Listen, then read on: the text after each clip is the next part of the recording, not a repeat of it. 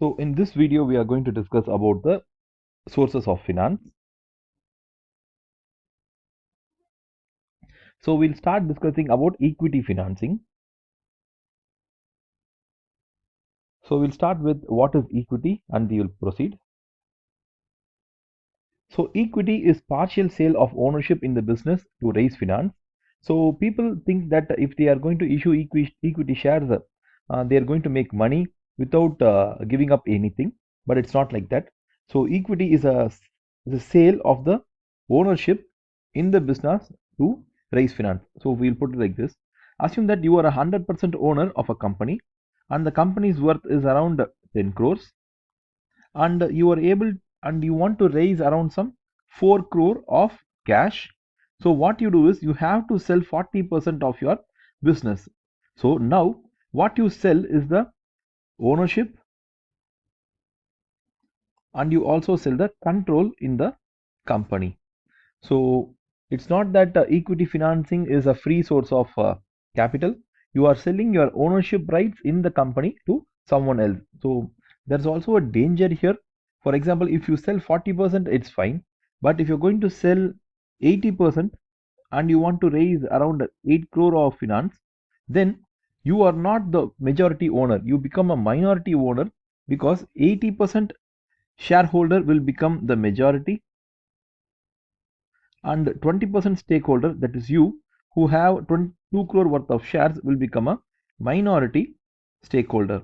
So what happens is if the majority percentage of people feel that they want to change the CEO, now they can pass a board of resolution and they can change the CEO easily.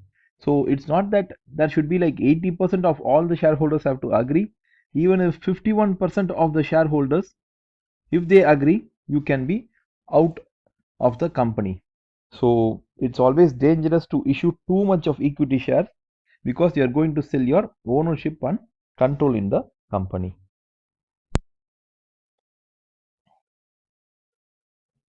So equity can be raised in the following ways. So you can go for an initial public offer, placement, or a rights issue, or venture capital. So what are the advantages of equity? So the advantage of equity is you can raise a large amount of capital and there's no compulsion to pay dividends. Like in debt you have to pay interest compulsorily, but in equity there's no compulsion to pay dividend. One year you can pay, another year you can skip. What's the disadvantage of equity? The major disadvantage is the loss of ownership, and the cost of capital is also higher because equity shareholders take a lot of risk. So what happens is we have to pay them in terms of dividend and share price appreciation. So both these things we have to give, or sometimes if you give a high dividend, then the share price appreciation can be lower.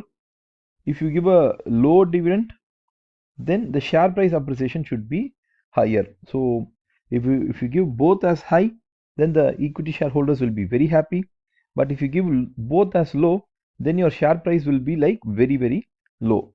So that is about equity shares. So we'll discuss the various methods in which you can raise equity finance. So the first one is initial public offer. This is the most famous. So assume that you own a company and you decided to sell a part of your shares. The way you can sell a part of the shareholding in the company to the general public. So what you do is you plan for a IPO, initial public offer. So initial is this is the first time you're going to initiate selling equity shares, and you're going to give the shares to the public, and it is a offer to the public to purchase your shares. So that is what initial public offer refers to.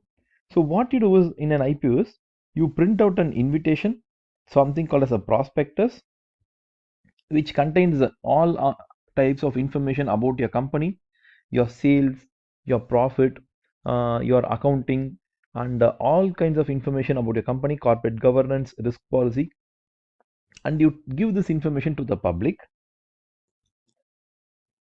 So the public, what they will do is they will buy this prospectus and they will read it, and finally if they really like the company, they will try to buy the shares. So An IPO is a means of selling the shares of a company to the public at large for the first time.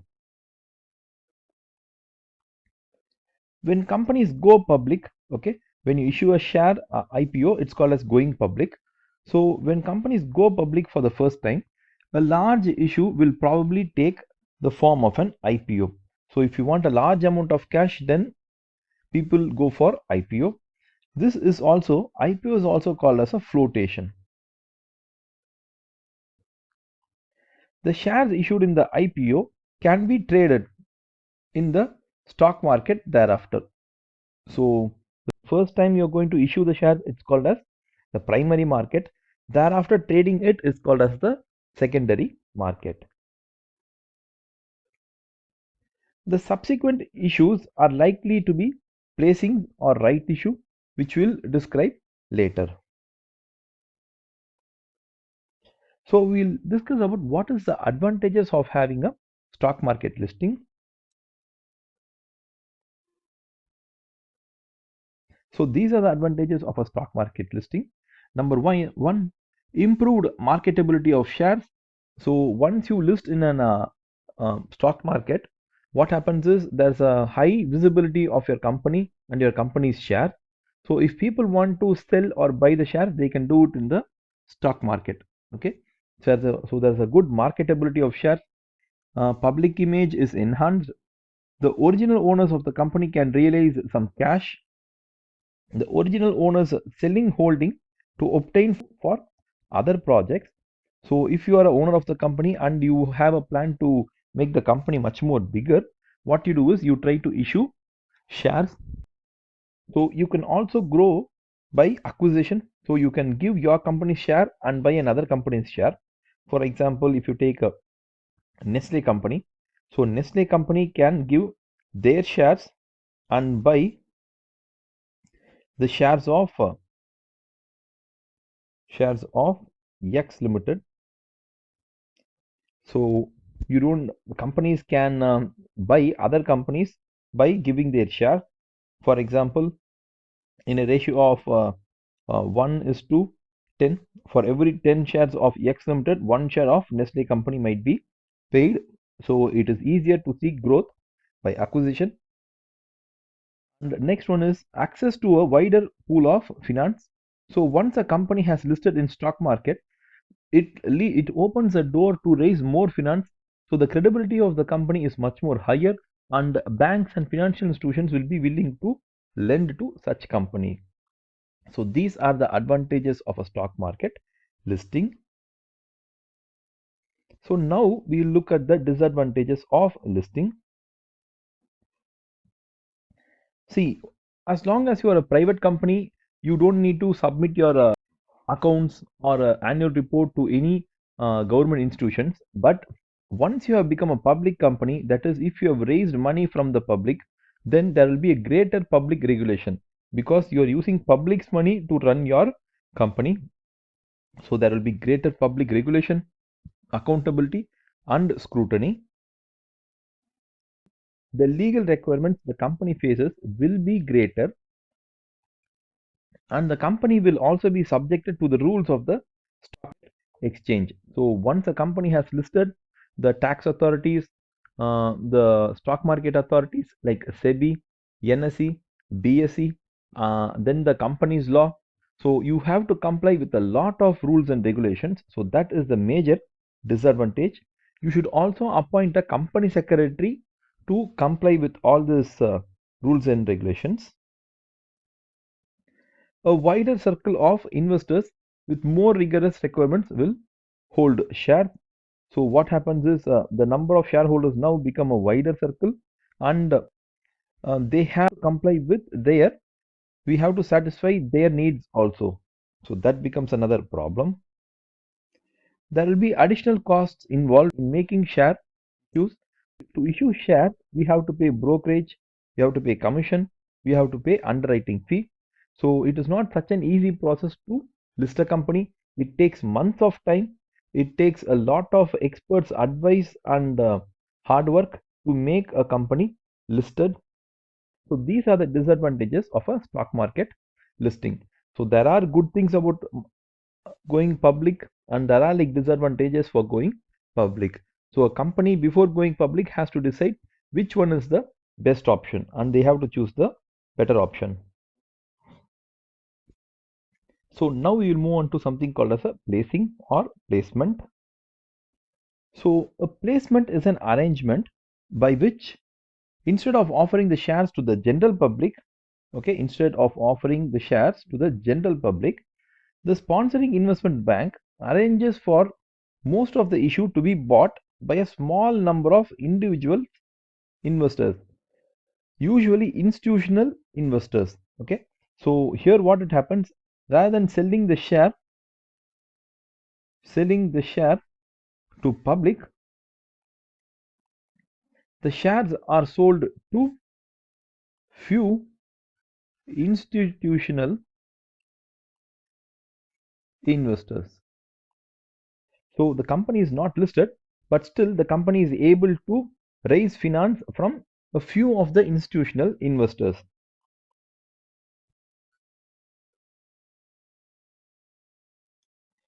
So the choice between an IPO and placing are this. Placings are much cheaper and useful for small share issues. So if the company wants to raise a small part of their equity, then they can go for placing. If the company wants a high amount of money, then they have to go for IPO. Placings are usually much quicker because only few institutional investors are required here. Placings are likely to involve less disclosure of information. See, as a still the company is not a public company, so what happens is that the regulatory requirement from the government side is much more lesser, as most of the shares will be placed with a small number of institutional shareholders who gain control over the company. So what happens is, as the number of shareholders are less, then the shares that they hold can be much more higher, and they can start to have control over the company. For example, out of your company is worth 10 crore and you have 100% ownership. So what you do is you raise 2 crore and you give 20% of ownership. So 80% still you are the owner. You are the owner.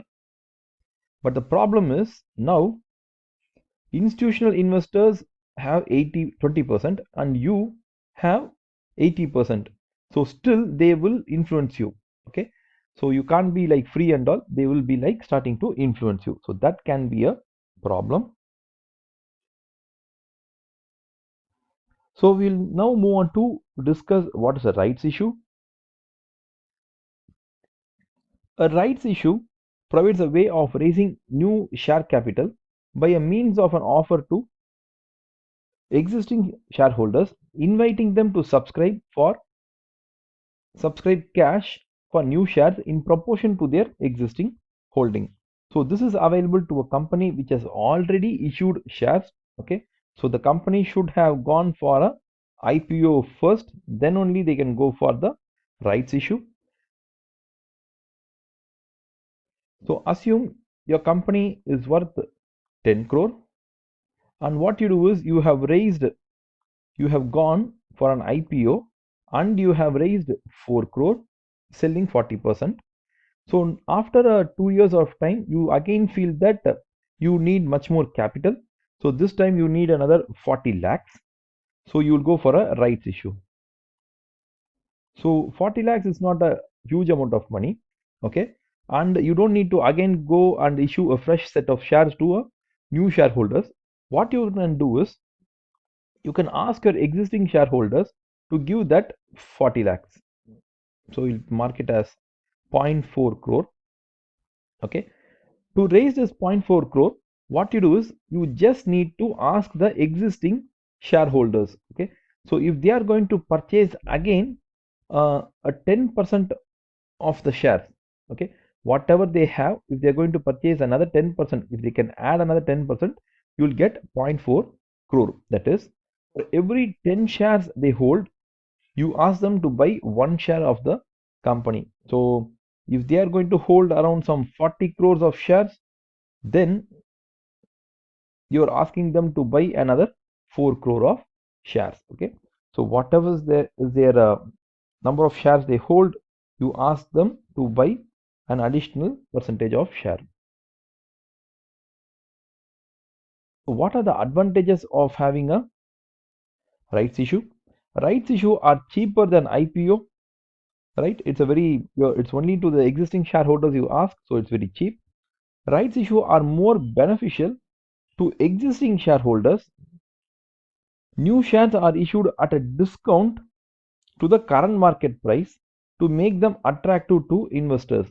So the shares are not issued at a current market price, the shares are issued at a lower price. So assume that the current market price of a company is, the same company is 20 rupees per share, but the rights issue price would be something like 16.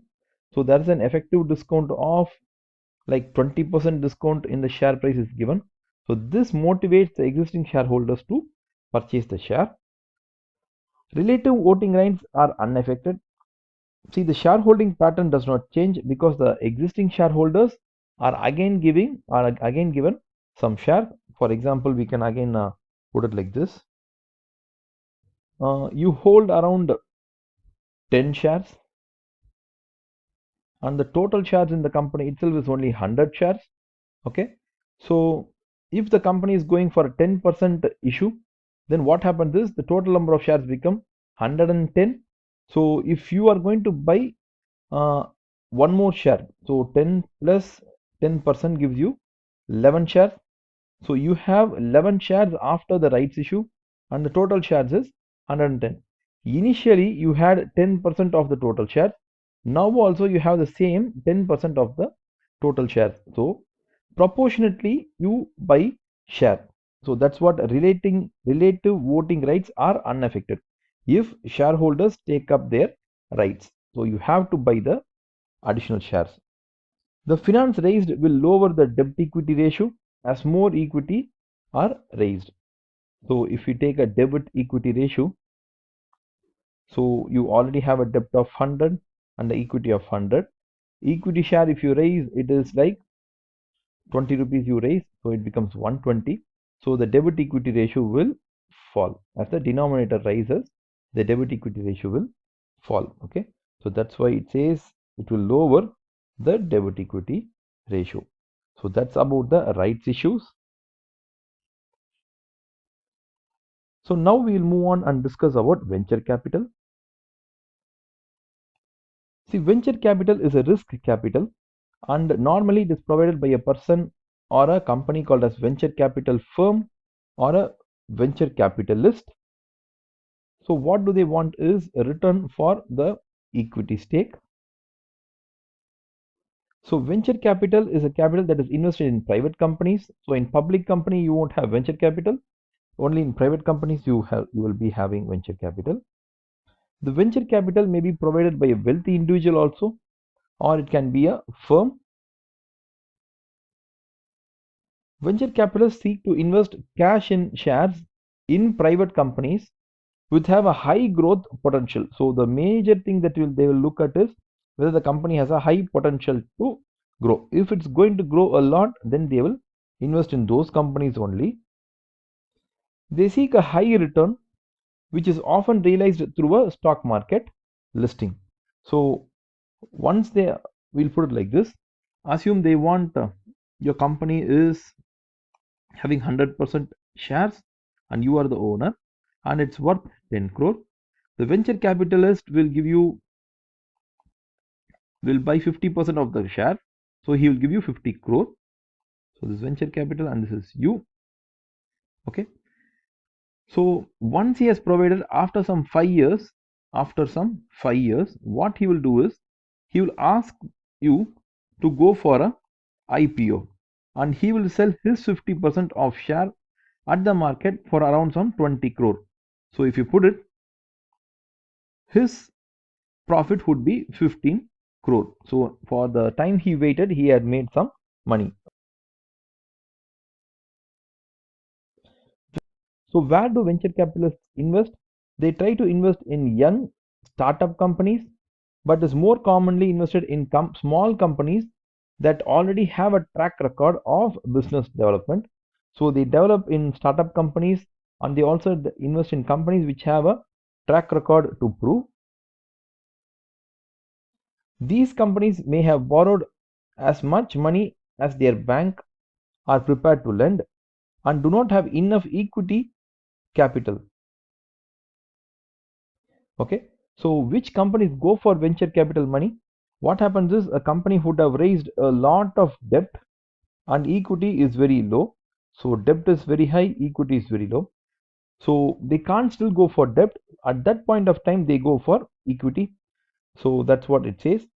These companies may have borrowed as much money as their banks are prepared to lend. So borrowing has been done and do not have enough equity capital. So what they go is they now go for equity capital to expand at the rate or scale required. So now we'll move on to stock split. So stock split is not a source of finance, but still we'll discuss about stock split as we are discussing about equity. So what is a stock split? A stock split is a decision by a company's board of directors to increase the number of shares that are outstanding by issuing more shares to the current shareholders. See, assume that your company has shares. Before the stock is split, you have 1 crore share and the share is trading in the market at 10 rupees. The total market capitalization, that is the multiplication of the number of shares into the share price, will give you the market capitalization. So you have 10 crore worth of shares. After the stock split, what happens is the stock split is 2 for 1. Okay, for every one share, 2 shares are given. Okay, so the total number of shares in the market now becomes 2. So 2 stock split becomes 2. But what would happen to the share price? See, the 10 crore worth of the company will never change. So that will be the same. But the number of shares have become 2 crore. Okay, so the number of shares have become 2 crore. What would happen is the share price would effectively reduce to 5. Okay, so this number will just flow as before the split. The 1 crore share will become a 2 crore share, and by multiplying like this, the share price will fall to 5. Okay, so this is stock splits work. Stock split will not make the shareholder rich or anything, but what would it make is the number of shares will increase and the share price will decrease. Okay, as share price is decreasing, it is now easier to trade the share. For example, there's a company called as MRF. Okay, the share price of this share is around 60,000 rupees INR, Indian National Indian rupee. 60,000 is a per share. Who can buy this share? It's very hard to trade or buy this share. So they could go in for a stock split. I think stock split could be given as 1,000 shares. So if they give 1,000 shares as a stock split, after the stock split, MRF's share price would fall by 1,000. So now it will become 60 rupees. Okay, 60 rupees is much more of a smaller money, and people will start to buy the company, and the trading will happen much more effectively.